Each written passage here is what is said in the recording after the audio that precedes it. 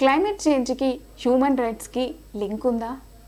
ఉందనే చెప్తున్నారు ఈ స్విట్జర్లాండ్కి చెందినటువంటి senior women. Klima senior in and Swiss, senior women for climate protection అనే ఒక అసోసియేషన్. ఆ అసోసియేషన్లో ఉన్న వాళ్ళంతా కూడా 64 సంవత్సరాలకు పైగా ఉన్నటువంటి ఉమెన్. వీళ్ళు దగ్గరగా 2000 పైన కలిసి స్విట్జర్లాండ్ గవర్నమెంట్కి ఎగెన్స్ట్గా ఒక లాసూట్ వేశారు. దేని గురించి అంటే వీళ్ళు మెయిన్గా చెప్పేది ఏంటంటే స్విట్జర్లాండ్ గవర్నమెంట్ అంట వీళ్ళ యొక్క రైట్ టు లైఫ్ అండ్ హెల్త్ని వైలేట్ చేశాయట. అంతేకాదు European convention on human rights ప్రకారంగా ఆర్టికల్ 2, 6, 8, 13 అనే ఆర్టికల్స్ని కూడా స్విట్జర్లాండ్ గవర్నమెంట్ వైలేట్ చేసిందంట. ఆర్టికల్ 2 అయితే రైట్ టు లైఫ్, ఆర్టికల్ 6 అయితే right to fair trial, article 8 అయితే right to respect for private and family life, article 13 అయితే right to effective remedy. So ఈ ఆర్టికల్స్ అన్నిటిని కూడా స్విట్జర్లాండ్ గవర్నమెంట్ వైలేట్ చేసిందని చెప్పేసి వాళ్ళు ఒక లాసూట్ వేశారు. అసలు వాళ్ళు డీటెయిల్స్లోకి వెళ్తే వాళ్ళు చెప్పినటువంటి ఇన్ఫర్మేషన్ ఏముంది ఆ లాసూట్లో. So according to the UN IPCC report ప్రకారంగా ఏజ్ ప్రకారంగా లేదా జెండర్ ప్రకారంగా చూసుకుంటే టెంపరేచర్ వల్ల అంటే ఉష్ణోగ్రత బేస్ చేసుకుని జరిగే మరణాల సంఖ్య ఎక్కువగా పెరగబోతుంది. అండ్ ఈ హీట్ వేవ్స్ అనేవి క్లైమేట్ చేంజ్ వల్ల కూడా ఎక్కువగా పెరగబోతున్నాయని ఐపీసీసీ రిపోర్ట్ చెప్తుంది. అంతేకాదు సైంటిఫిక్ ఎవిడెన్స్ ప్రకారంగా ఏజ్డ్ ఉమెన్ ఎస్పెషల్లీ వృద్ధ మహిళలు వాళ్ళ శరీర ఉష్ణోగ్రతని అంత త్వరగా నియంత్రించుకోలేరంట. సో కాబట్టి WHO తను 2014 రిపోర్ట్లో కానీ ఈవెన్ కొన్ని యూరోపియన్స్ అధ్యయనాల ప్రకారంగా కానీ తెలిసింది ఏంటంటే చాలామంది ఉమెన్ హీట్ వేవ్స్ వల్ల చనిపోయే ప్రమాదం ఉందని చెప్తున్నాయి. దీనికి తోడు నేచర్ మ్యాగజైన్లో ఒక 2021లో ఒక ఆర్టికల్ పబ్లిష్ అయింది. ఆ ఆర్టికల్ ప్రకారంగా ఏముంది అంటే స్విట్జర్లాండ్లో 30% ఆఫ్ డెత్ రేట్స్ అన్నీ కూడా హీట్ వేవ్స్ వల్లనే జరిగాయని చెప్పేసి ఈ నేచర్ మ్యాగజైన్లో పబ్లిష్ జరిగింది.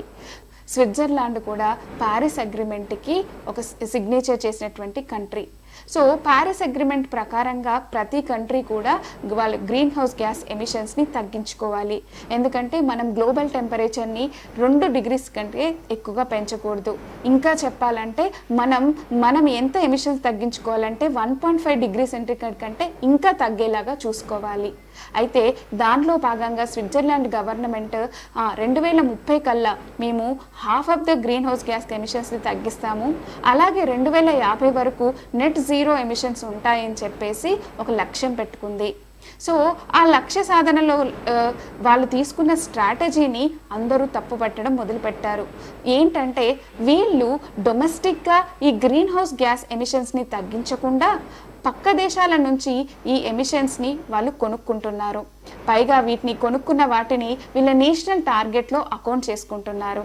ఈ విధంగా దేశంలో గ్రీన్ హౌస్ గ్యాస్ ఎమిషన్స్ తగ్గించకుండా పక్క దేశం నుంచి కొనుక్కుంటే ఇలా ప్రతి దేశం చేస్తే 2100 వరకు ఆటోమేటిక్గా 3 డిగ్రీస్ గ్లోబల్ టెంపరేచర్ పెరిగే ఛాన్సెస్ ఉంది.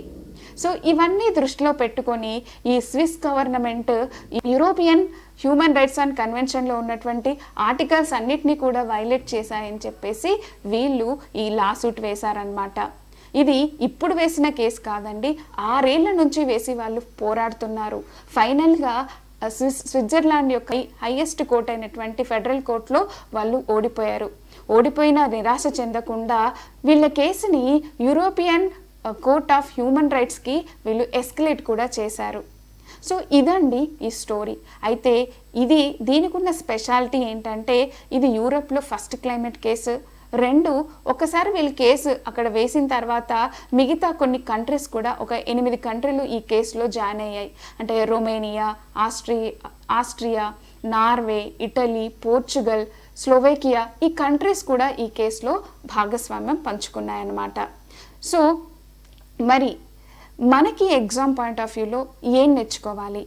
అయితే ఇక్కడ వాళ్ళు చెప్పినటువంటి European convention on human rights గురించి మనం తెలుసుకోవాలి.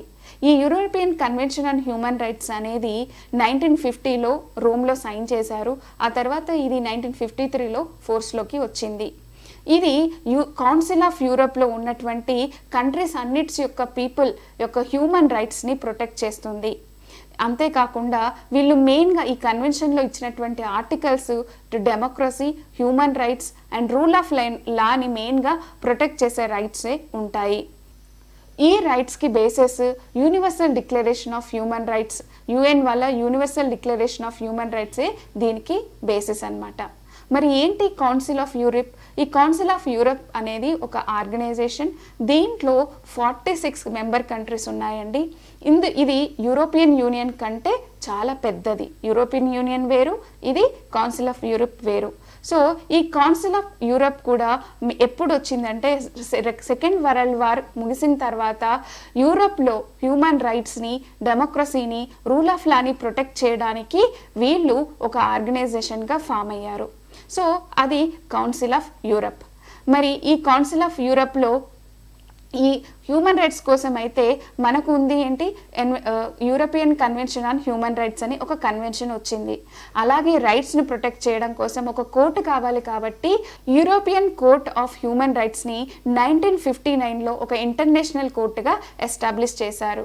సో ఈ కోర్టు ఒక ఇండివిజువల్ కానీ ఒక స్టేట్ కానీ సివిల్ ఆర్ పొలిటికల్ రైట్స్ ఏవైతే ఈ యూరోపియన్ కన్వెన్షన్ ఆన్ హ్యూమన్ రైట్స్లో చెప్పారో వాటిని వైలేట్ చేసినప్పుడు వాళ్ళు ఈ కోర్టుని సంప్రదించవచ్చు. సో అందుకోసం ఇందులో ఏ జడ్జిమెంట్ తీసుకొచ్చినా ఆ జడ్జిమెంట్ ప్రకారంగా ప్రతి కంట్రీ ఆ పీపుల్ ఎవరైనా సరే దానికి బైండ్ అయి ఉండాలి. సో ఇవి మనకి ఎగ్జామ్ పాయింట్ ఆఫ్ వ్యూకి యూజ్ అయ్యాయి అన్నమాట. సో మనకి ప్రిలిమినరీ ఎగ్జామ్లో ఎలా రావచ్చు, మనకి కౌన్సిల్ ఆఫ్ యూరప్ గురించి అడగొచ్చు, లేదా European convention on human rights మీద ఒక క్వశ్చన్ రావచ్చు, లేదా European court of human rights మీద అయినా క్వశ్చన్ రావచ్చు. ఇది ప్రిలిమ్స్ పాయింట్లలో ఏ స్టేట్మెంట్స్ కరెక్ట్ వీటి గురించి అని చెప్పేసి అడగొచ్చు.